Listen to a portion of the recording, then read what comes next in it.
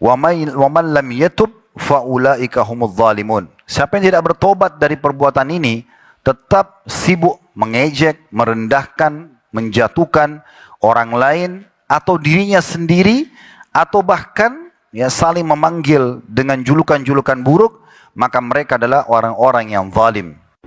Assalamualaikum warahmatullahi wabarakatuh. Alhamdulillah. Tidak henti-hentinya lisan kita selalu bersyukur, berterima kasih kepada Allah Subhanahu wa taala.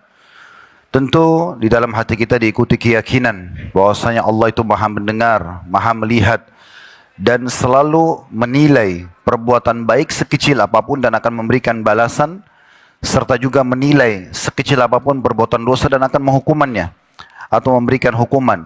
Faman ya'mal mithqala dzarratin khairan yarah. Siapa yang berbuat seperti biji sawi dari kebaikan, maka akan diperlihatkan dan diberikan balasan. Wa may ya'mal mithqala dzarratin syarran yarah. Dan siapa yang berbuat seperti biji sawi dari keburukan akan diperlihatkan dan akan dihukum. Tentu bila orang tersebut tidak taubat. Terlalu banyak nikmat Allah. Tadi kita sudah ingatkan di siang hari tablik akbar sesi pertama kita. Nikmat Allah yang sangat melimpah tidak terhingga dan terus saja kita nikmati. Termasuk pada malam ini Allah Subhanahu wa taala masih memberikan kita kesempatan, kesehatan, juga keimanan agar kita bisa menggerakkan kaki kita untuk memenuhi rumah Allah ini dan juga menghadiri majelis ilmu. Semua ini adalah nikmat yang tidak terhingga. Betapa banyak orang yang terharamkan dari nikmat ini karena memang Allah tidak memilih mereka.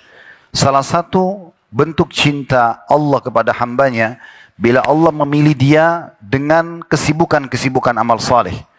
Di dalam sebuah hadis disebutkan, bila Allah mencintai seorang hamba, Allah akan menggunakannya. Maka kata para sahabat, ya Rasulullah, bagaimana cirinya dan tanda-tandanya Allah menggunakannya? Kata Nabi SAW, Allah akan menyibukkan dia dengan amal-amal saleh. Hatinya selalu tergerak, fikirannya selalu berfikir, anggota tubuhnya juga digunakan untuk mengerjakan ketaatan-ketaatan kepada Allah, yang dengannya lah Allah akan mengambil atau merenggut nyawanya. Maksudnya sampai dia meninggal dunia. Kalau ada seseorang di antara kita meninggal dalam kondisi sedang melakukan ketaatan, apakah itu sholat berjamaah, apakah itu majelis ilmu, sedang pergi haji dan umrah, berzikir, membaca Quran, sedang menjenguk orang sakit, atau amal-amal soleh yang lainnya, berarti ketahuilah itu bentuk cinta Allah kepada kita. Dan salah satu bentuk bencinya Allah pada seorang hamba, Allah membiarkan dia dengan kelalaiannya. Terus saja dalam keadaan berbuat dosa, kelalaian-kelalaian, dan sama sekali tidak ada keinginan untuk meninggalkan dosa tersebut. Ini berarti memang Allah membencinya. Hampir semua umat-umat yang disiksa sebelum kita, Namrud yang merupakan kaumnya Nabi Ibrahim alaihi salatu wassalam, Fir'aun kaumnya Nabi Musa alaihi salatu wassalam, kita juga tahu ada kaum Thamud kaumnya Nabi Saleh, kemudian juga penduduk Madian kaumnya Nabi Shu'aib, kemudian penduduk negeri Ad yang kaumnya Nabi Hud, kemudian penduduk negeri kaum Lut. Hampir semua umat-umat yang Allah binasakan sebelum kita, sebelum mereka wafat, Allah membuat mereka gembira dengan kemaksiatannya, sehingga mereka makin lalai, dan akhirnya dengan kemaksiatan itu adalah Allah tutup hidup mereka, sehingga mereka ditutup dengan su'ul khatimah. Maka ini sebuah nikmat yang tidak terhingga. Di malam ini Allah masih menggerakkan hati kita, fikiran kita untuk bisa melakukan ketaatan kepadanya, dan pastikan ini bentuk cinta Allah kepada hambanya. Dan alhamdulillah atas nikmat itu. Selanjutnya kita panjatkan salam hormat kita kepada manusia yang paling pantas diucapkan salam hormat kepadanya, dan tentu dengan harapan kita akan mendapatkan apa yang dijanjikan dari salam hormat tersebut. Sudah kita sebutkan tadi di siang hari hadis Nabi SAW, siapa yang mengucapkan salam kepadaku sekali, maka Allah akan mengucapkan salam kepadanya 10 kali. Dan dimaksud dengan salam Allah di sini adalah tambahan rahmat, karunia, pengampunan dosa, pelipat gandaan pahala, pemenuhan kebutuhan, dan solusi dari permasalahan-permasalahan hidup. Maka sangat wajar setelah memuji Allah atas semua nikmat termasuk keislaman dan keimanan dan kesempatan beramal saleh, alhamdulillah, juga kita selalu mengucapkan salawat dan taslim kepada Nabi besar Muhammad sallallahu alaihi wa ala alihi wa sahbihi wasallam. Melanjutkan tema kita dari siang tadi tentang masalah bahaya lisan, kita akan coba memulai membahas teman-teman sekalian surah Al-Hujurat. Surah nomor 49 dalam Al-Quran ini ada dua ayatnya yang akan menjadi pembukaan bahasan kita. Ayat 11 dan ayat 12. Allah subhanahu wa ta'ala berfirman di dua ayat yang mulia ini, Ya ayyuhalladzina amanu. Yang Allah panggil hanya orang-orang beriman. Hai orang-orang yang beriman. La yaskhar qaumun min qaumin asa an yakunu khairan minhum. Janganlah sekelompok laki-laki sengaja merendahkan, mengejek, menghina, ya, mencaci maki kelompok laki-laki yang lain. Bisa saja yang direndahkan, yang diejek, yang dihina itu lebih baik daripada yang menghina. Wala nisa'um min nisa'in asa ayyakunna khairan minhun. Dan tidak boleh juga kelompok atau sekelompok wanita sengaja merendahkan, menghina, mengejek, menjatuhkan atau apalah yang semakna dengan kata-kata ini kelompok wanita-wanita yang lain. Karena bisa saja wanita yang direndahkan, kelompok-kelompok itu jauh lebih baik maksudnya di sisi Allah subhanahu wa ta'ala. Lalu Allah bilang, wala talmizu anfusakum wala tanabazu bil alqab. Jangan pernah kalian hina diri kalian sendiri dan jangan pernah saling memanggil dengan julukan-julukan yang buruk. Bi'salismul fusuku ba'dal iman. Sesungguhnya kata Allah, seburuk-buruk panggilan, julukan, gelaran adalah panggilan yang buruk sesudah iman. Sudah tahu hukumnya tidak boleh, malah tetap dipanggil dengan julukan-julukan yang tidak baik. Wa man lam yatub fa ulaika humudz zalimun. Siapa yang tidak bertobat dari perbuatan ini, tetap sibuk mengejek, merendahkan, menjatuhkan orang lain atau dirinya sendiri atau bahkan ya saling memanggil dengan julukan-julukan buruk, maka mereka adalah orang-orang yang zalim. Kita baru baca terjemahannya, belum masuk lebih dalam kepada makna tafsir ayat-ayat ini. Tapi ayat ini sudah menitipkan pesan. Saya yakin kita sudah bisa tangkap dari terjemahannya. Tapi nanti lebih dalam kita bahas insyaAllah. Ayat ke-12, Allah titip pesan lagi. Ya ayyuhalladzina amanu. Yang dipanggil orang-orang beriman. Makanya tadi waktu siang hari saya katakan, malam ini kita akan bahas insyaAllah bahasan tentang muslim terhadap muslim yang lain. Orang beriman terhadap orang beriman yang lain. Ini lebih ngerucut lagi. Supaya kita faham larangan-larangan untuk mengejek, menghina bukan hanya kepada orang kafir, bukan hanya perbuatan orang Yahudi terhadap Allah subhanahu wa ta'ala, orang Nasrani gitu kan, dan juga orang-orang munafik, tapi di antara kita pun orang-orang beriman ini harus dijaga. Allah bilang di ayat 12-nya, ya ayyuhalladzina amanu, hai orang beriman, ijtanibu katsiran minadh-dhann, jauhilah kebanyakan atau mayoritas prasangka-prasangka. Inna ba'dadh-dhanni itsm. Karena prasangka-prasangka itu mayoritasnya adalah dosa. Wala tajassasu. Jangan kalian saling memata-matai, mencari-cari kekurangan dan kesalahan orang lain. Wala yaghtab ba'dukum ba'dha. Jangan salah seorang di antara kalian menggunjing, ya, mencari-cari aib sebagian kalian, ya. Ayuhibbu ahadukum an ya'kula lahma akhihi maitan fakarihtumu. Apakah seseorang di antara kalian dengan menggunjing saudaranya muslim itu, dia mau memakan daging atau bangkai saudaranya yang sudah mati, lalu dia tidak menyukainya? Wattaqullah, bertakwalah kepada Allah, innallaha tawwabur rahim. Karena sungguhnya Allah itu maha menerima taubat, lagi maha penyayang. Dua ayat ini mengandung banyak sekali peringatan berhubungan dengan lisan. Coba kita bedah satu persatu. Di ayat 11, Allah mengatakan tentang tidak boleh yaskhar qaumun min qaum. Tidak boleh merendahkan, tidak boleh menghina, tidak boleh menjatuhkan, tidak boleh mengejek, dan semua yang semakna dengan ini. Laki-laki pada laki-laki, perempuan pada perempuan. Subhanallah, kalau kita lihat dalam realita kehidupan kita sehari-hari, syaitan hampir setiap hari membisikkan kepada kita untuk melakukan perbuatan ini. Kalau kita bertemu dengan seseorang, biasanya syaitan sengaja menghiasi agar mata kita melihat kekurangannya, bukan melihat kelebihan seseorang. Mungkin ada lecek di pakaian, mungkin ada kusut di pakaiannya misalnya. Maka syaitan memperlihatkan kita kekurangan itu. Atau mungkin ada kekurangan di mata, di hidung, di mulut, di kulit, di rambut, di retorika berbicara, ada saja. Agar kita terjerumus dalam merendahkan orang tersebut. Padahal sebenarnya kita tidak boleh masuk ke ranah itu, karena kalau kita hina seseorang, berarti kita sedang menghina penciptanya. Misal contoh, ada yang menghina mata seseorang, alis seseorang, kulit misalnya, rambut misalnya, atau yang semisalnya. Itu kan bukan milik dia.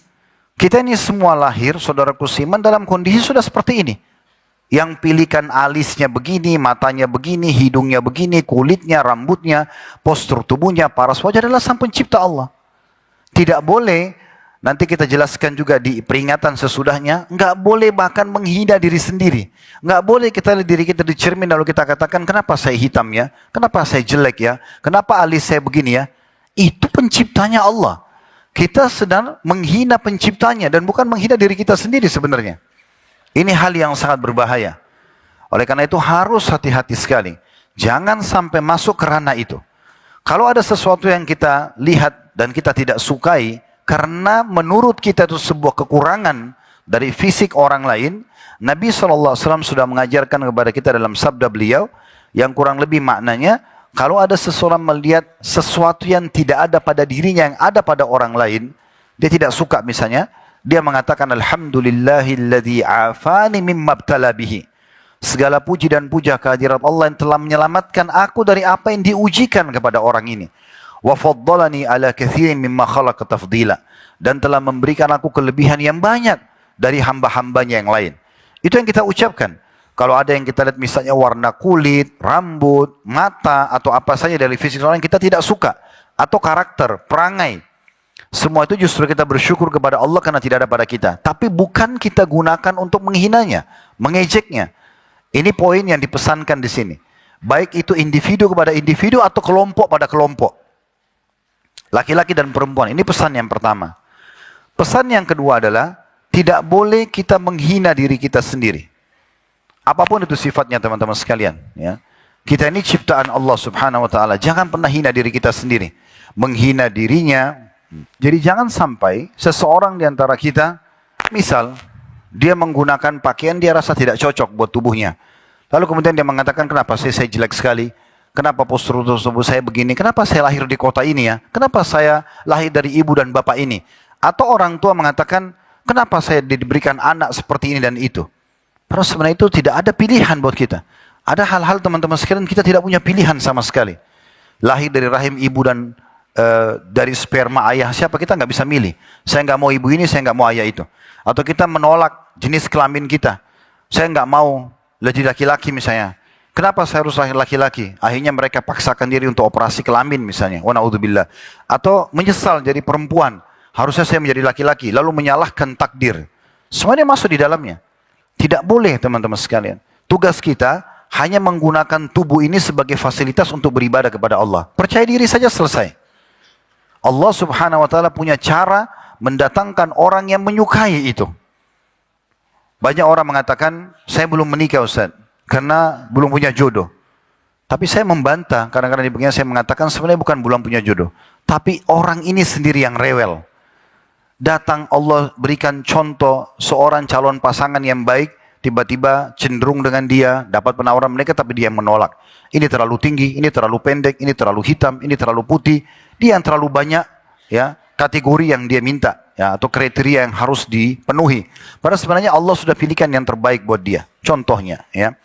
Jadi intinya jangan pernah menghina diri sendiri. Tidak boleh menghina orang lain, tidak boleh menghina diri sendiri. Ini penting sekali ya untuk kita garis bawahi. Tinggal nikmatin sebagai sebuah fasilitas, percaya diri saja.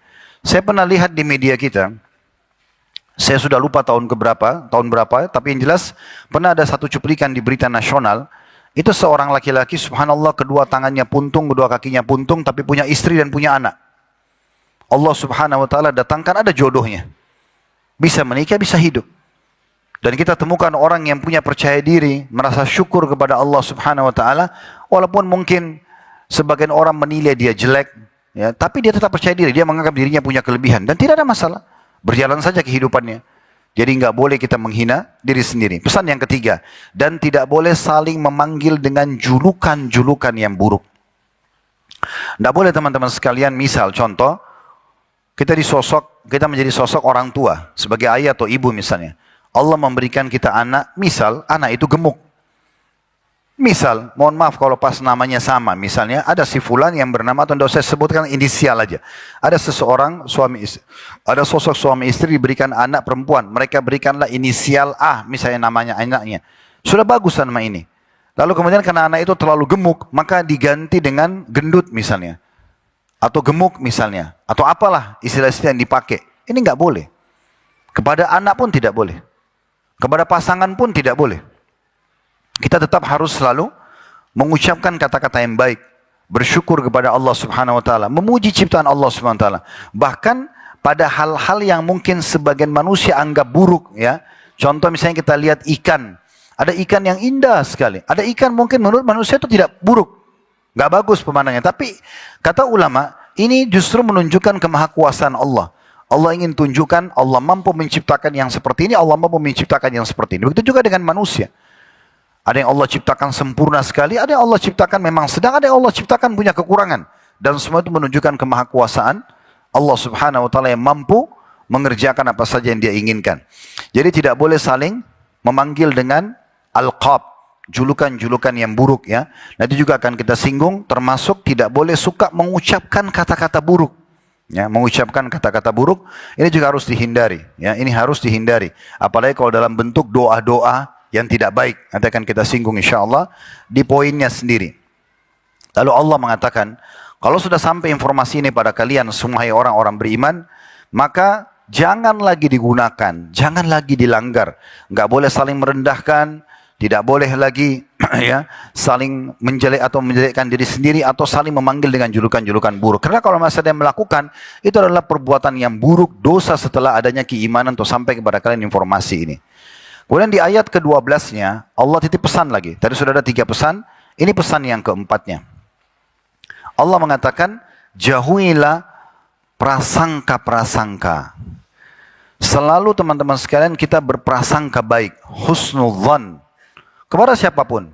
Kecuali nyata depan mata kita perbuatan kriminal. Jelas orang ini mau maling, mencuri, kita nggak mengatakan, oh saya husnudzan dulu sama dia. Tapi kalau orang itu tidak tahu, kita nggak tahu sebenarnya. Mungkin kita janjian dia terlambat, mungkin dia janji mau bayar utangnya, tapi mungkin dia telat, kita selalu mencari hal-hal atau prasangka positif yang mungkin dia lupa. Cari 1001 alasan buat saudara kita muslim, mungkin dia lupa, maka saya ingatkan. Mungkin dia lalai, maka saya ingatkan misalnya.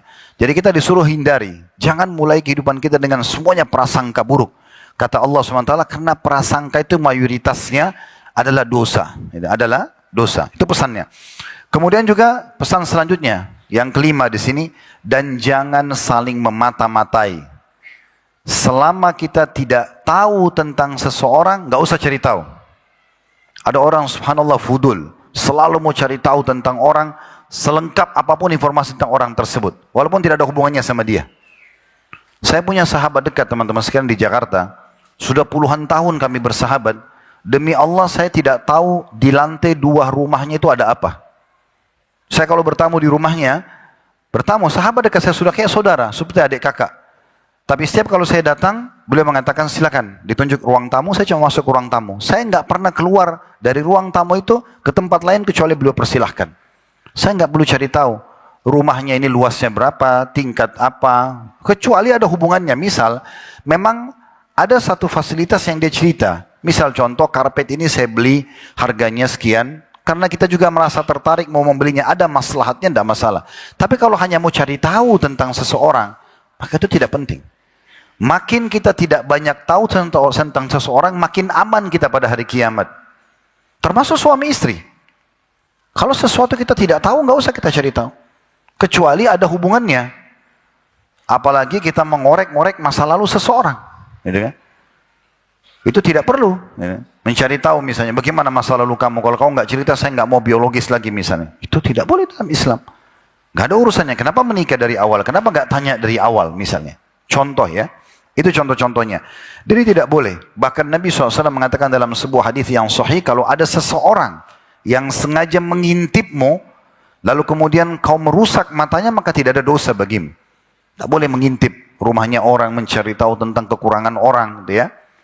Maka poin ini penting untuk digarisbawahi. Allah larang, tidak boleh memata-matai, sengaja mencari-cari. Tentu ada pengecualian. Contoh misalnya ada orang ditugaskan oleh pemerintah, memang ini ada kelompok penjahat yang harus dimata-matain. Nabi SAW pernah mengutus ya, Ali bin Abi Thalib dan Zubair bin Awam radhiyallahu anhuma untuk mengejar seorang wanita yang rencana membongkar penyerangan kota Mekah. Itu berbeda. Ini tugas negara, beda. Tapi kalau individu, nggak ada urusannya. Sama sekali nggak ada urusannya gitu. Ya. Kemudian pesan yang terakhir dari ayat ini adalah, dan janganlah kalian saling menggunjing satu sama yang lain, mencari-cari aib dan kekurangan. Ya, ini biasa kalau di media kita gosip, gitu ya. Cari tahu tentang ribut rumah tangganya orang, tentang pembantunya, tentang perceraiannya, tentang segala macam. Ada orang subhanallah, hampir semua data orang nasional ada sama dia. Ya, padahal tidak ada urusan sama dia sama sekali. Gitu kan. Padahal untuk apa itu? Ada seseorang dulu terkenal, tokoh nasional, pernah heboh secara nasional, ada kasus yang terjadi dalam hidupnya. Ada kasus yang terjadi, lalu dia bilang sama saya di satu masjid habis acara pengajian, Ustaz, siapa yang tidak tahu masalah saya dulu? Subhanallah, memang betul saya tidak tahu masalah dia. Walaupun saya hidup semasa dengan dia sekarang. Gitu. Lalu saya bilang, akhi, sambil pegang pundaknya, saya tidak tahu masalah antum. Kadang-kadang ada orang terlalu besar-besarkan permasalahan, padahal sebenarnya tidak semua orang tahu. Mungkin ada yang tahu lingkup sekitar dia. Kenapa harus dia besar-besarkan sebuah permasalahan yang tidak perlu? Gitu kan? Karena tidak semua orang juga mau mencampuri urusan kita. Contohnya gitu ya. Jadi tidak boleh. Jadi kalau Anda semua ini ada di satu grup yang tiap hari isinya cuma gosip, baru bangun tidur buka WA, di grup itu sudah tahu belum? Langsung informasi tentang aib-aibnya orang keluar aja dari grup itu. Tidak ada manfaatnya. Kata Nabi SAW, min husni islam al-mar' tarku ma la ya'ni. Termasuk kesempurnaan Islam seseorang meninggalkan apa yang tidak penting buat dia. Kau usah cari tahu. Karena kalau kita makin banyak tahu, makin banyak pertanggungjawabannya hari kiamat. Ini pesan pentingnya. Ayat-ayat ini, teman-teman sekalian, dua ayat ini memiliki banyak sekali penjelasan dari kalangan para ulama kita. Di antaranya tentunya Ibnu Katsir rahimahullah dalam tafsirnya membahas dua ayat ini, Al-Hujurat 11 dan 12. Beliau mengatakan Allah Ta'ala melarang dalam ayat ini merendahkan dan menghina orang lain. Hal ini sejalan dengan makna hadis Nabi SAW, sombong itu menolak kebenaran dan merendahkan manusia. Dan ini adalah perbuatan yang haram. Ini adalah perbuatan yang haram. Tidak boleh sama sekali merendahkan orang lain, menghinanya, menjatuhkannya dan yang semisalnya. Begitu juga Syekh As-Sa'di, salah satu juga ahli tafsir dan ulama, yang berkata di dalam tafsir Al-Karimur Rahman milik beliau, dalam ayat ini terdapat kandungan hak seseorang mukmin atau muslim terhadap muslim atau mukmin lainnya, yaitu tidak boleh muslim dengan muslim atau mukmin dengan mukmin tidak boleh menghina atau mencelah satu sama yang lain, baik dengan ucapan maupun perbuatan yang mengandung makna merendahkan saudaranya. Perbuatan tersebut jelas hukumnya haram, masuk kategori dosa besar. Dan ini menunjukkan bahwa orang yang menghina atau mencela merasa kagum dengan dirinya sendiri. Salah satu penyebab kenapa dilarang kita merendahkan orang lain, karena dia memunculkan faktor merasa sombong, dia lebih baik daripada orang yang sedang dia hina. Kalau enggak, dia enggak akan mungkin hina orang lain. Kalau Allah Azza wa Jalla memberikan kelebihan kita, syukuri, nikmatin saja. Tidak perlu kita jadikan sebagai bahan sombong dan merendahkan orang lain. At-Tabari menyebutkan di tafsir beliau juga, dalam makna Al-Hujurat 11 dan 12, Allah menyebutkan secara umum larangan untuk mencela atau menghina orang lain. Dan itu mencakup seluruh bentuk celaan. Isyaratkah? Isyarat mata, ya, cibiran mulut misalnya, isyarat tangan, atau sudah langsung mengucapkan kata-kata atau bahkan mencontohkan dengan fisiknya. Dan itu ya, tidak boleh. Hukumnya haram karena masuk dalam menghina seorang muslim. Termasuk dalamnya menghina keadaan dia, misalnya kemiskinannya. Karena dosa yang ia lakukan, atau itu akan menjadi dosa karena perbuatannya, atau mungkin menghina seseorang justru karena perbuatan dosanya. Nanti akan kita jelaskan di bagian-bagian terakhir materi kita, termasuk tidak boleh menghina perbuatan dosa seseorang. Sampai pada level itu nanti, kita harus menjaga lisan dan sikap kita, bukan hanya terhadap diri kita dan orang lain saja, tapi perbuatan salah dia pun tidak boleh kita hina. Dia salah dengan perbuatannya, tapi kita bijaksana, menilai dan meluruskan kesalahan. Tapi bukan menghina ya perbuatan orang tersebut. Karena bisa saja dilakukan karena kejahilan. Dalam hadis Nabi SAW, beliau mengingatkan lafaz yang luar biasa dari hadis Abu Barzah radhiyallahu anhu, di mana Nabi SAW mengingatkan dalam hadis ini, ya ma'syara man amana bilisani walam yadkhulul imanu qalbu. Wahai orang-orang yang beriman dengan lisannya, namun imannya belum tertanam dalam hatinya. Jadi dari hadis ini kita lihat bagaimana disebutkan bahwasanya ada orang-orang yang muslim tapi iman belum masuk dalam hatinya. Masih sering melakukan pelanggaran-pelanggaran agama. Masih belum takut terhadap hukuman Allah subhanahu wa ta'ala. Masih merasa nyaman dengan pelanggaran-pelanggaran yang dia lakukan. Kata Nabi SAW, peringatan pertama untuk orang-orang yang seperti ini, masih belum takut dengan neraka, takut dengan siksa kubur, takut dengan hukuman Allah, masih selalu menganggap remeh pelanggaran-pelanggaran agama. Maka Nabi SAW mengatakan dengan sangat jelas, wahai orang-orang yang beriman dengan lisannya, namun iman belum masuk ke dalam hatinya. La taktabul muslimin. Jangan pernah kalian ya menggunjing kaum muslimin, mencari-cari aibnya. Wala tattabi'u auratihim. Dan jangan pernah kalian sengaja mencari-cari aib mereka. Ya. Ini aurat di sini maksudnya adalah kekurangan-kekurangan. Sengaja mencari tahu di rumahnya, di tempat kerjanya, di handphonenya dan segala macam. Bahkan termasuk antara suami istri saja tidak dibolehkan. Sengaja mencari-cari aib, ya, kekurangan-kekurangan. Kita menikah untuk menjadi pendamping, bukan pengawas. Sehingga kita menikah menjalankan tugas. Saya dengan teman-teman laki-laki sini bertugas sebagai suami sampai ajal datang. Apa yang kita lihat benar dari istri kita, dukung. Apa yang kita lihat salah, ingatkan. Yang kita tidak tahu, nggak usah ikut campur. Kenapa? Karena ada Tuhan dia yang mengurusnya. Allah letakkan malaikat di kanan dan kirinya. Kita sudah bacakan tadi siang surah Qaf itu ya. Bahwasanya akan mencatat semua amal. Allah lah yang jadi pengawas buat dia, bukan kita. Sebagaimana juga akhwat kita menjadi istri. Status istri itu adalah sampai wafat. Ya, apa yang dia lihat kebaikan dari suaminya didukung. Apa yang keburukan, dia luruskan. Dia tidak tahu, tidak usah ikut campur. Biarkan Allah subhanahu wa ta'ala yang mengawasinya. Ya, inna rabbaka labil mirsad. Allah itu sangat ketat pengawasannya. Ya. Allah itu raqib, selalu mengawasi dengan detail. Bukan kita. Kalau istri sama suami saja tetangga bantal, orang yang sangat dekat, tidak dilarang seperti ini, bagaimana dengan teman? Bagaimana dengan sahabat? Ya, bagaimana dengan saudara? Yang tidak perlu sama sekali kita mencampuri. Sekali lagi, kalau kita lihat benar, kita dukung. Kita lihat salah, kita luruskan. Yang kita tidak tahu, nggak usah ikut campur. Maka itu akan jauh lebih aman. Dan itu sejalan dengan makna-makna hadis-hadis ini. Lalu kata Nabi SAW, saya ulangi hadisnya, ya ma'syara man amana bilisani walam yadkhulil imanu qalbah. Wahai orang-orang yang beriman dengan lisannya tapi belum masuk iman dalam hatinya, la taktabul muslimin. Jangan pernah kalian menggunjing dan mencari kesalahan-kesalahan orang-orang Islam. Wala tattabi'u auratihim. Dan jangan sengaja mencari-cari kekurangan-kekurangan mereka. Fa innahum man yattabi' auratihim yattabi'illahu auratahu. Siapa yang coba-coba sengaja mencari-cari kesalahan dan kekurangan saudaranya, maka Allah pun akan mencari-cari kesalahannya. Ya, Allah pun akan mencari kesalahannya. Wa may yattabi'illahu awratahu yafdahuhu fi baitihi. Dan siapa yang Allah bongkar dan cari kesalahannya, maka Allah akan permalukan dan bongkar kekurangan dan aibnya walaupun di dalam rumahnya sendiri.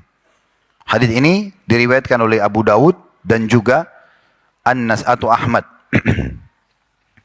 Begitu juga sabda Nabi SAW yang sangat masyhur. Hadis ini hadis yang diriwayatkan oleh Ibnu Majah di mana Nabi SAW bersabda dari hadis Abdullah bin Mas'ud radhiyallahu anhu, "Ar-riba 73 baba." Hadis ini teman-teman sekalian selalu saya jadikan renungan. Dan ada bisikan syaitan apapun kalau sudah mau masuk ke ranah seseorang, saya selalu jadikan ini sebagai peringatan. Dan alhamdulillah saya tidak mau masuk ke ranah-ranah itu memang. Saya tidak pernah mau cari tahu lebih dalam tentang ini dan itu. Selama memang saya tidak tahu. Kalau saya tahu baru saya dukung. Kalau benar, kalau salah baru saya luruskan. Gitu ya. Termasuk teman-teman yang kerja dengan kami di kantor pun, saya tidak pernah sengaja mencari-cari kesalahan mereka. Tapi Allah punya cara misalnya membongkar, baru kemudian saya luruskan. Gitu ya. Apakah diberikan peringatan atau memang kita berhentikan akad kerjanya.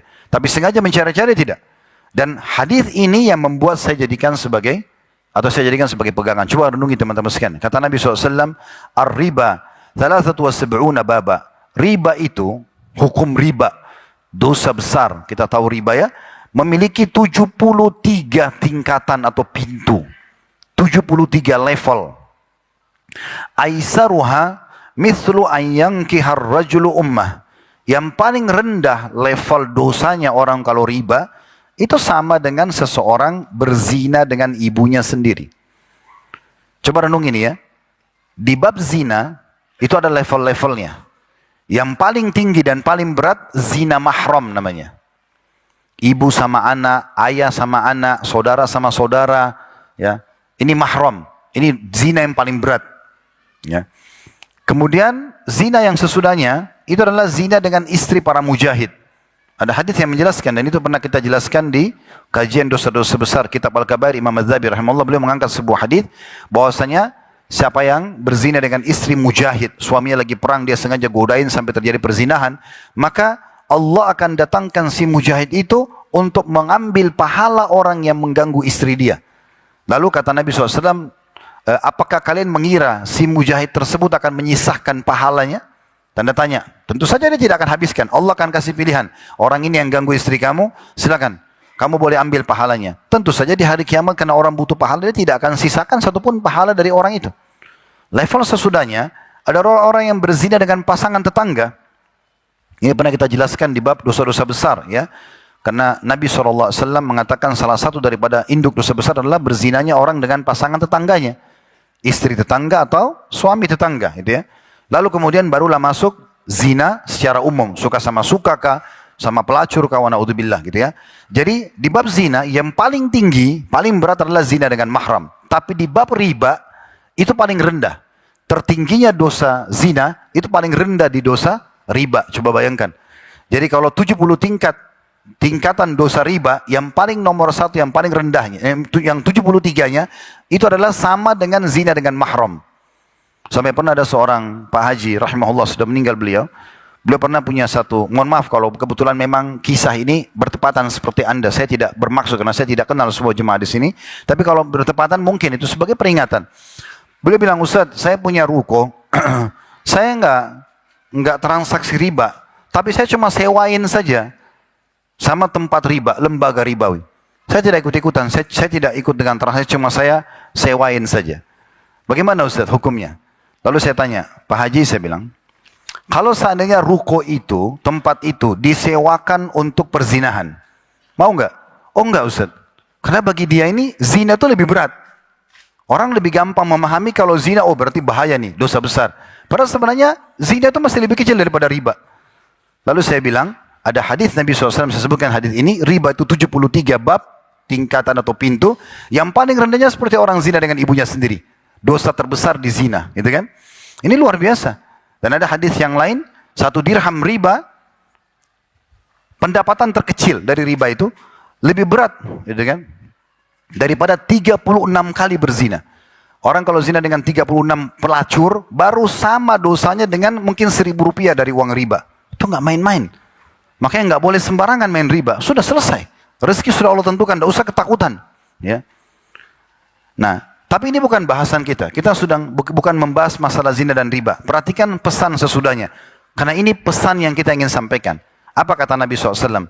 Level terendahnya riba tadi itu, yang ke-73-nya yang paling rendah. Maksud saya, kalau kita urut dari 73 yang paling rendah ya.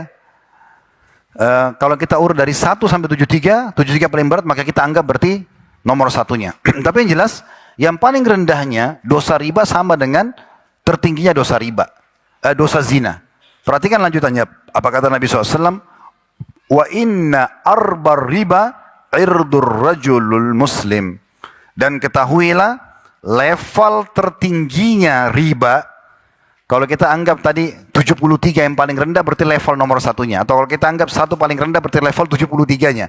Yang paling tinggi di dosa riba itu setara dengan merusak kehormatan seorang muslim. Bisa angkat pesannya nggak ini? Ini bahaya sekali kalau tidak difahami ya. Berarti teman-teman sekalian, kita mengejek seorang muslim, menyebutkan aibnya, menjatuhkan dia, merendahkan dia, itu sama dengan level tertingginya riba. Itu nggak main-main. Jadi mungkin Anda berpikir, oh saya sudah hijrah, saya nggak main riba kok. Tapi setiap hari gosipin tetangga. Setiap hari gosipin temannya. Itu lebih berat daripada riba, lebih berat daripada zina. Level tertingginya riba itu setara sama dengan merendahkan dan menghina seorang muslim. Coba bayangkan. Hadis ini luar biasa dahsyatnya gitu ya. Sehingga jangan pernah kita anggap remeh tentang masalah menjatuhkan orang lain. Selama antum atau anda ini tidak tahu tentang seseorang, jangan ikut campur. Kecuali ada hubungannya sama kita. Kadang-kadang ada orang pernah datang kepada saya bilang gini, Ustaz, saya mau tabayun Ustaz. Tabayun itu bahasa Arab, artinya cross check gitu ya. Maka pertanyaan pertama saya, apa memang ada hubungannya sama antum? Tabayun teman-teman, cross check itu kalau ada hubungannya sama antum. Untuk apa tabayun kepada seseorang tentang masalah rumah tangganya, untuk apa? Untuk apa tabayun kepada seseorang tentang masalah pekerjaannya, untuk apa? Kecuali antum pemilik perusahaan, orang ini pegawai, wajar kita cross check. Kecuali orang itu nikah sama adik atau kakak kita tabayun, oke. Tapi kalau tabayun saya untuk apa? Ini salah tempat, gitu kan? Salah tempat. Maka harus hati-hati teman-teman sekalian. Ini hadis agung. Saya berharap teman-teman sekalian kalau malam ini semua jemaah pulang hanya membawa hadis ini saya sebagai pesan sudah cukup buat saya. Karena ini tinggi sekali level pemahaman hadis ini. Sekali lagi ya, merendahkan seorang muslim, mengejeknya, ya, menjatuhkannya, menyebut-nyebut aibnya, itu sama dengan level tertingginya riba. Sementara level terendahnya riba sama dengan level tertingginya zina. Coba bayangin. Berhenti mulai hari ini teman-teman. Tidak ada lagi masuk ke ranah orang lain.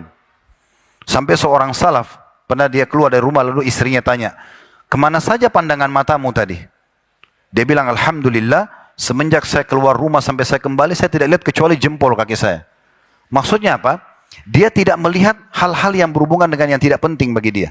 Bukan berarti kita tidak boleh lihat sana sini, pemandangan ini mungkin butuh ini. Tapi kalau sesuatu yang tidak perlu, nggak usah. Tidak perlu, gitu kan? Dalam sebuah hadis yang lain, kata Nabi SAW dalam hadis riwayat Muslim, hadis Abu Hurairah radhiyallahu anhu, Innal muslima 'alal muslimi haramun. Ketahuilah, semua muslim terhadap muslim yang lain, kenal atau tidak kenal, haram hukumnya. Dosa besar. Apa itu ya Rasulullah? Disebutkan damuhu, darahnya, nggak boleh tumpahkan darahnya. Cakar, tonjok, tendang, nggak boleh. Kecuali kita diserang oleh orang, kita membela diri ya. Tapi sengaja jagoan di pinggir jalan, nggak usah. Antum mau jadi jagoan, pergi ke Israel sana lawan orang Yahudi. Nah, itu benar. Bukan lawan orang Muslim di sini. Kalau ada yang ajak saya ribut, Ustaz, tinggalin aja biar dia bertengkar sama tembok, nggak usah layan. Nggak mengganggu keperkasaan antum kok, gitu kan? Nggak perlu. Ini termasuk nggak boleh tumpahin darah, nggak boleh alasan apapun, gitu kan? Haram hukumnya, dosa besar. Wa maluhu, hartanya, nggak boleh manipulasi data, nggak boleh sengaja minta ambil hartanya tanpa izinnya, tanpa keridhaan dirinya, haram hukumnya, nggak boleh. Kemudian yang ketiga, irduhu, dan nama baiknya, kehormatannya. menjatuhkan nama baiknya, merusak citranya. Apalagi kalau sampai merusak rumah tangganya, pekerjaannya, dan segala macam. Tapi Ustaz, saya pengen sekali memiliki seperti dia. Minta sama Allah. Selama yang kita minta bukan bentrok sama sunnatullah, sistem yang Allah buat, maka pasti Allah kasih. Contoh misalnya, ya Allah, sebagaimana engkau berikan si fulan kekayaan, berikan juga buat saya. Kekayaan tidak bentrok dengan sunnatullah. Yang tidak bisa itu kalau antum bilang, ya Allah, sebagaimana engkau kasih muka dia begitu, kasih muka aku kembar dengan dia. Nah itu nggak mungkin. Atau ya Allah, saya tidak mau jadi laki-laki, saya mau jadi perempuan aja. Itu bentrok. Ya Allah, hilangkan malam, saya tidak suka, saya cuma suka siang. Nggak bisa. Contoh, tapi kalau kita cuma minta harta seperti orang itu, kepintaran seperti orang itu, tidak bentrok, boleh, minta. Nggak ada masalah. Gitu kan? Boleh kita minta kepada Allah subhanahu wa ta'ala. Bahkan kata Nabi SAW apa? Tidak boleh hasad, tidak boleh iri. Bahasa yang mudah difahami, ghibthah. Ghibthah itu kita cemburu dengan seseorang muslim yang punya kelebihan, tapi kita tidak berharap hilang dari dia. Tapi di ranah yang dibolehkan. Kata Nabi SAW, tidak boleh orang iri, ghibthah, berharap diberikan sama, kecuali pada orang yang Allah berikan harta dan dia sibuk infakkan. Orang kaya tapi sibuk bersedekah, bangun masjid, rumah anak yatim, bantu sana sini. Kita juga pengen, kita minta ya Allah berikan saya seperti dia. Tapi jangan berharap hilang dari dia. Begitu juga dengan orang yang diberikan Al-Quran. Dia sibuk membacanya malam dan siang hari. Ini boleh kita cemburu. Minta agar Allah berikan pada kita. Tapi tidak berharap hilang dari dia. Karena kapan teman-teman sentuh ranah. Ya mudah-mudahan dia hafalannya jadi lupa deh. Mudah-mudahan dia jadi miskin. Saya yang jadi kaya. Itu nggak boleh. Itu sudah hasad yang hukumnya haram. Gitu ya. Yang kata Nabi SAW, hati-hati dengan hasad seperti itu. Karena dia akan membakar pahala sebagaimana api membakar kayu bakar. Nah ini poin penting. Subhanallah, Taus, salah satu ulama tabi'in. Taus ini sebenarnya terjemahannya burung merak. Burung merak kan juga indah sekali ya. Taus ini namanya, ini julukannya ya. Subhanallah, Ibnu Kaisan. Beliau, kalau tidak salah Zakwan, Ibn Kaisan, rahimahullah nama beliau. Beliau pernah menasihatin Imam Ahmad. Imam Ahmad itu imam madhab. Karena hidup zaman ya. Satu waktu dia bertemu Imam Ahmad. Imam Ahmad itu imam madhab. Terkenal sekali. Punya musnad Imam Ahmad. Hadisnya banyak. Menulis buku hadis maksud saya gitu ya. Maka Imam Ahmad lagi sakit dan Imam Ahmad sempat bilang begini. Aduh. Itu aja. Kan kita kadang-kadang demam, capek, aduh gitu ya. Cuma bilang begitu. Karena merasa memang sakit gitu ya. Lalu Taus mengatakan kepada Imam Ahmad. Sesungguhnya rintihanmu ini hai Ahmad. Kamu bilang aduh ini akan dicatat oleh malaikat. Ini kau bilang aduh aja akan dicatat oleh malaikat. Dikatakan dalam buku silsilah liqa'at babel maftuh ya. Di jilid 11 halaman 5. Imam Ahmad dikatakan sesudah itu tidak pernah lagi merintih. Walaupun sakitnya sangat parah. Karena khawatir dicatat oleh malaikat dan akan ditanya pada hari kiamat. Coba bayangkan. Ya sudah Allah lagi uji kita. Sebagaimana antum sedang kalau dikasih nikmat, diuji ya sudah sabar. Gitu kan? Tapi boleh nggak Ustaz saya mengeluhkan, saya sampaikan masalah saya? Boleh kalau pada ahlinya. Misal kita sakit ke dokter. Dok, kepala saya sakit, gigi saya sakit, oke lah. Tapi kita bukan sedang mengeluhkan Allah yang sedang menguji kita. Tapi kalau kita cerita sama semua orang, flu aja satu kampung tahu kalau dia flu misalnya, gitu kan? Hei, dia mengeluhkan Allah yang sedang menguji dia. Sementara ulama salaf mengatakan Allah tidak menguji seorang hamba kecuali yang paling dia cinta adalah hamba tersebut menerima ujian itu. Sebagaimana dia menerima kalau diberikan nikmat. Kalau kita mengeluhkan satu ujian yang Allah berikan kepada kita pada makhluk, kita sedang mengeluhkan Allah Azza wa Jalla pada makhluk tersebut. Seakan-akan nih lihat nih, Allah lagi kasih saya flu, Allah lagi kasih saya demam. Ngapain kita keluhkan Allah pada makhluk? Padahal sebenarnya dengan kita bersabar, maka Allah kasih pahala ekstra. Ya, tetapi bukan berarti kita nggak bisa ngomong. Kalau misalnya kita mengatakan pada seseorang, saya sakit kepala pada teman misalnya, tolong bantu belikan obat atau tolong doakan, itu oke. Tapi kalau dia jadikan sebagai bahan lelucon atau bahkan keluhan, maka ini seperti merendahkan Allah Subhanahu wa taala. Hadis yang masyhur juga riwayat Bukhari Muslim yang sangat jelas, man kana yu'minu billahi wal yawmil akhir falyakul khairan aw liyasmut. Siapa yang mengaku beriman pada Allah dan juga berharap nanti di hari kiamat masuk ke dalam surga dan selamat dari api neraka, pesannya Nabi cuma satu ini, ya. Ucapkan yang baik, yang benar atau diam saja. Udah, tidak ada urusan sama kita, jangan ikut campur. Jangan mudah melontarkan tutur kata apa saja, ngomong, tidak pakai dikontrol, ya, tidak pakai diukur, tidak mau tahu menyakiti orang atau tidak, kemudian nanti kita menyesal sesudahnya. Orang beriman, dia betul-betul mengontrol lisannya, maka tidak sembarangan dia keluar. Karena kapan apa yang kita ucapkan untuk menyakiti seseorang, sudah cukup bisa mendatangkan dosa. Sebagaimana hadis Bukhari Muslim yang lain, kata Nabi SAW, Al-Muslimu, man salimal muslimuna min lisanihi wa yadihi. Orang muslim yang sejati adalah orang muslim yang kaum muslimin selamat dari gangguan lisan dan tangannya. Mau lihat orang muslim yang sebenarnya, orang muslim yang tidak pernah ikut campur menyakiti orang lain. Bahkan kalau kita tanya, tahu nggak itu? Kebanyakan dia tidak tahu. Enggak, saya tidak tahu. Ya. Karena memang dia tidak mau cari tahu gitu ya. Ada keadaan di mana kalau kita tahu tentang seseorang, lalu kita ditanya ya, bukan kita sengaja gosipin orang, kita ditanya. Contoh, ada seseorang, kita lagi di masjid seperti ini sholat, ada seseorang datang lalu mengatakan, Assalamualaikum warahmatullahi wabarakatuh. Waalaikumsalam warahmatullahi wabarakatuh. Lalu dia bilang, anak saya dilamar oleh si fulan. Saya dengar Anda mengenal orang itu. Bisa nggak saya tahu tentang dia? Di saat ini Anda boleh menyampaikan. Anda mengatakan, setahu saya orangnya tidak sholat. Sebatas yang kita tahu. Setahu saya orangnya pernah curang dalam transaksi. Itu saja. Yang batas saya tahu saja. Dan ini boleh kita ceritakan tidak masuk dalam ghibah atau ghibta. Ghibah maksud saya. Bukan ghibta. Ghibah. Maka, atau tidak masuk dalam gunjing karena kita sedang ditanya. Dan kalau kita tidak sampaikan, saudara muslim ini akan berbahaya bagi dia. Contoh yang lain, ada orang datang mengatakan, saya mau bisnis sama si fulan.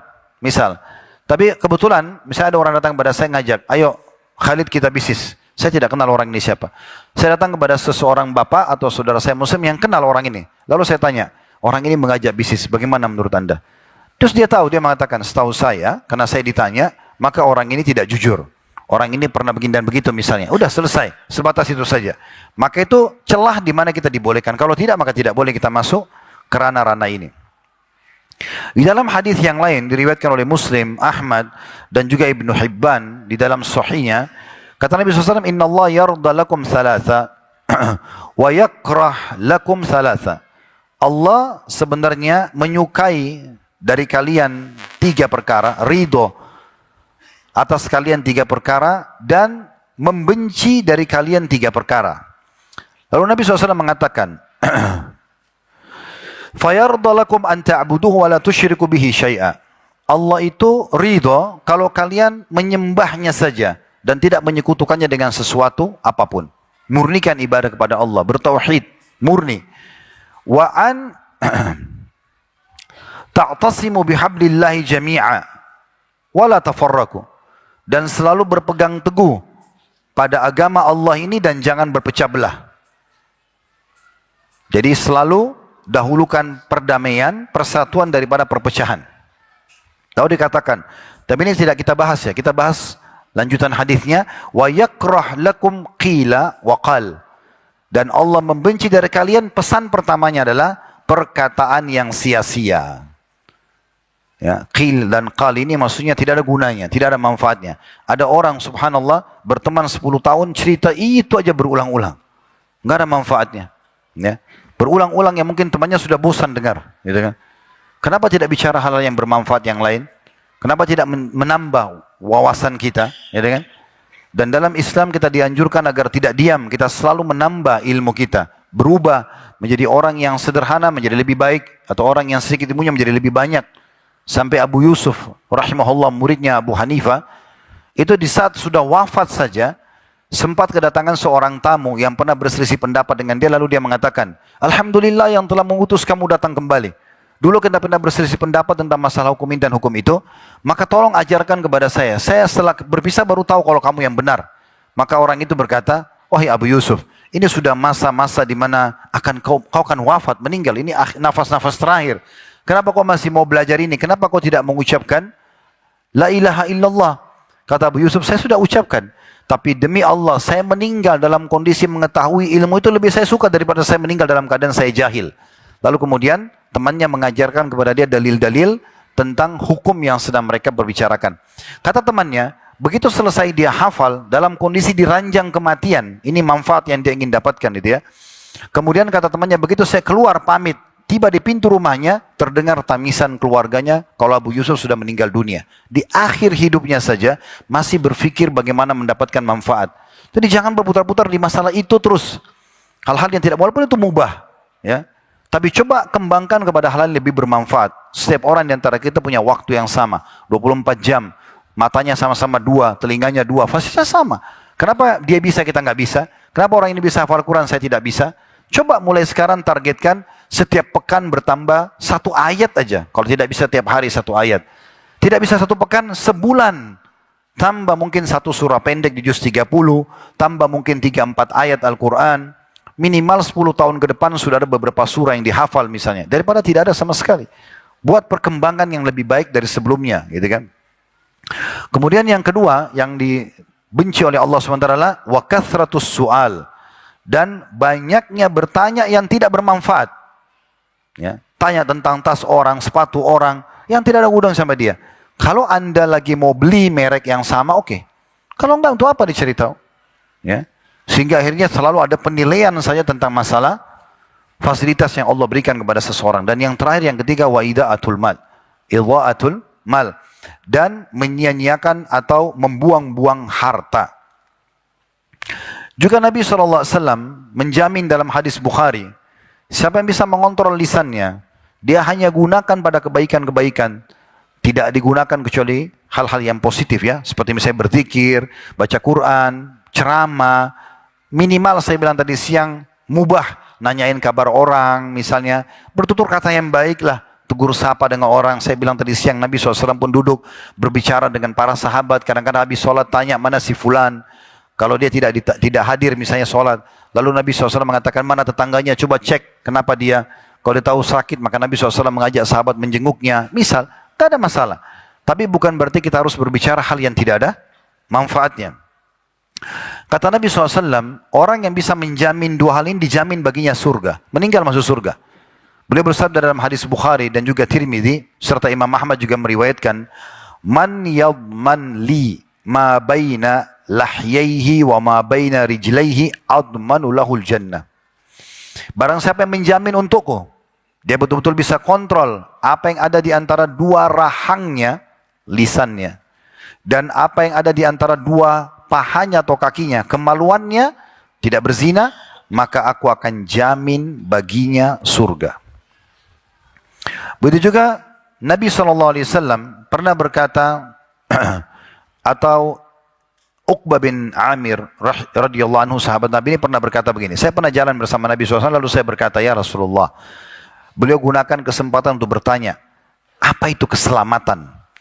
Supaya saya selamatlah. Allah suka dengan saya hidup tenang, rezeki saya melimpah, hidup saya bahagia, saya juga tidak punya masalah dengan manusia. Apa itu keselamatan? Maka Nabi SAW kasih pesan penting di sini. Kata Nabi SAW, amlik alaika lisanak. Kuasai lisanmu. Pesan Nabi pertama itu. Mau selamat, mau disenangi oleh Allah, diberikan fasilitas oleh Allah, disenangi oleh manusia, yang paling pertama kontrol dan kuasai lisanmu. Lalu kemudian yang kedua, wal yasa'ka baituk, dan harus rumahmu pun ya mencukupimu. Kau mesti rasa cukup, bersyukur kepada Allah. Wabki ala khati'atik, dan tangisilah dosa-dosamu. Tapi dari 3 pesan ini, pesan pertama Nabi SAW adalah jaga lisanmu, kontrol lisan itu. Penulis kitab An-Nihaya, tepatnya bernama Ibnu Athir rahimahullah, mengatakan, dan ini dinukil oleh Al-Mubarakfuri dalam Tuhfatul Ahwadhi, ini syarah Sahih Sunan Tirmidzi di jilid 7 halaman 73, makna daripada sabda Nabi SAW, kuasailah dan kontrollah lisanmu, adalah la tajurruhu illa bima yakunu laka la alaika. Maksudnya jangan engkau menggerakkan lisanmu kecuali pada sesuatu yang mendatangkan keuntungan untukmu, dunia ataupun akhirat. Cinta Allah dan cinta manusia, baru kau ucapkan dengan lisanmu. Dan jangan kau mengucapkan sesuatu yang membahayakanmu. Ini makna daripada hadis tadi. Waktu Uqbah bin Amir lalu bertanya kepada Nabi SAW, apa itu keselamatan? Beliau mengatakan, kontrol lisanmu. Kita sudah jelaskan tadi firman Allah SWT dalam surah Al-Hujurat 11 dan 12. Kita juga sudah menyampaikan beberapa hadis-hadis Nabi SAW. Sekarang kita coba dengarkan penyampaian kaum salaf berhubungan dengan masalah ini. Yang pertama perkataan Umar radhiyallahu anhu. Orang yang sangat luar biasa mengontrol hubungan baiknya dengan Allah Subhanahu wa taala. Sampai waktu Umar radhiyallahu anhu meninggal dunia, ada seorang tabi'in sengaja menikahi mantan istrinya Umar, padahal sudah sangat tua. Waktu ditanya, "Kenapa Anda nikahi wanita yang sudah tua ini? Kenapa nggak nikahi wanita lain?" Kata orang tersebut, "Demi Allah, saya nikahi wanita ini untuk mengetahui rahasia ibadahnya Umar." Karena Umar luar biasa, ibadahnya kepada Allah luar biasa. Kalau sudah mau jadikan Umar sebagai idola, itu udah luar biasa. Ciplak hidupnya selesai. Ya, karena betul-betul memang mencontohi Nabi SAW dan beliau sangat tegas dengan kebenaran, gitu ya. Dan Umar bin Khattab banyak kebaikan-kebaikan, diantaranya kalau tidur itu seringkali meletakkan di sebelah ranjangnya ember, wadah air yang dia letakkan tangan di atasnya, gitu kan. Kalau tersentuh air bangun, maka dia bangun sholat malam dan tidak tidur lagi sampai pagi. Dan di dekat hidungnya, sebelah hidung, dari tempat matanya dan samping hidung itu ada garis hitam karena seringnya menangis karena Allah Subhanahu wa taala. Orang yang luar biasa. Sampai kata Nabi SAW, ya, kalau ada orang yang berbicara dengan kebenaran sesuai dengan wahyu, maka itu adalah Umar. Itu orang luar biasa. Umar menitip pesan kepada kita semuanya. Ini disebutkan oleh Ibnu Hibban dalam Raudatul Uqala, ya, di halaman 44. Kurang lebih terjemahnya, jika seseorang, kata beliau, hendak berbicara, maka sebelum ia berbicara, hendaklah dia fikir dulu apa yang dia mau bicarakan. Renungi dulu. Ini benar nggak yang saya mau bicarain? Walaupun sejenak, gitu ya. Hendaklah ia berfikir dulu tentang kata-kata yang akan dia ucapkan. Jika tampak jelas maslahatnya, benar ada pahalanya, Allah ridhahi, membuat manusia senang, ya, tidak menyakiti mereka, maka dia ucapkan. Namun jika dia ragu, apalagi kalau dia tahu itu salah, ya, ragu saja, ini benar nggak ya? Maka hendaklah ia tidak bicara sampai jelas maslahatnya. Sampai jelas maslahatnya. Abdullah bin Mas'ud berkata radhiyallahu anhu, "Jahuila fudulul kalam." Terjemahan literalnya itu pembicaraan yang kosong, tidak ada manfaatnya. Cukuplah bagi seseorang berbicara sesuai dengan kebutuhannya. Ibnu Rajab sebutkan dalam Jami' Ulum wal Hikam di halaman 339. Syaqiq juga menukil perkataan Ibnu Mas'ud pada saat sedang bertalbiyah di musim haji di Bukit Safa. Lagi sa'i. Syaqiq ini seorang tabi'in rahimahullah. Beliau mendengar Abdullah bin Mas'ud waktu lagi sedang sa'i mengucapkan di atas Bukit Safa, ya. Dia mengatakan, "Wahai lisan," kata Abdullah bin Mas'ud, "wahai lisan," dia bicara dengan dirinya sendiri, "katakanlah kebaikan, niscaya engkau akan beruntung di dunia dan di akhirat. Atau diamlah, niscaya engkau akan selamat sebelum engkau menyesal." Abdullah bin Mas'ud nasihati dirinya sendiri. Ya. Kemudian orang-orang bertanya, "Wahai Abu Abdurrahman," ini julukannya Abdullah bin Mas'ud, anak pertama namanya Abdurrahman, dipanggil "Wahai Abu Abdurrahman, apakah ucapan ini ucapan anda sendiri atau anda dengarkan dari Nabi SAW?" Maka kata Abdullah bin Mas'ud, "Aku mendengarnya langsung dari Nabi SAW dan beliau bersabda, aktsaru khataya ibnu Adam fi lisanihi." Ketahuilah kebanyakan dosa yang menghancurkan kehidupan anak Adam justru dari lisannya. Makanya beliau menghardik dirinya sendiri selain mengatakan, "Wahai lisan, ucapkan yang baik atau diam saja." Ini kalau Tabarani dalam Mu'jamil Kabir dan juga Al-Baihaqi dalam Syu'ab al-Iman. Ibnu Buraidah juga berkata rahimahullah, "Aku melihat," ini seorang tabi'in, "aku melihat Abdullah bin Abbas radhiyallahu anhu, seorang sahabat dan ulamanya sahabat, bahkan ulama muslimin radhiyallahu anhu, bahwasanya beliau pernah memegang lisannya pada saat lagi sendirian dan dilihat oleh Ibnu Buraidah. Ibnu Abbas berkata pada dirinya sambil pegang lidahnya, "Celaka engkau, katakanlah kebaikan, niscaya engkau akan beruntung. Atau diamlah, dari keburukan, niscaya engkau akan selamat. Jika tidak, ketahuilah pasti engkau akan menyesal." Dan ini memang salah satu ciri seorang muslim, ya, selalu dia menanamkan dalam dirinya introspeksi diri, muhasabah, dia mengontrol dirinya, gitu ya. Fudail bin Iyad rahimahullah, seorang ulama tabi'in yang sangat masyhur. Ini tadinya perampok jalanan tapi taubat di jalan Allah SWT sehingga menjadi ulama muslimin. Dan hampir setiap kali nasihat tentang pelunakan hati atau menanamkan iman dalam hati, pasti umumnya disebut nama beliau rahimahullah. Beliau mengatakan, Al-mu'minu qalilul kalam, kathirul amal." Ciri orang beriman itu adalah sedikit bicaranya. Maksudnya di sini bukan berarti tidak bicara. Berbicara tapi selalu yang dibicarakan itu pasti orang tunggu. Oh ini manfaat yang diucapkan. Pasti bermanfaat. Sedikit berbicara. Dan banyak amalnya. Lebih banyak ya andilnya, amalnya. Wal munafiku. Sebaliknya orang munafik. Kathirul kalam. Banyak bicaranya. Qalilul amal. Sedikit sekali amalnya.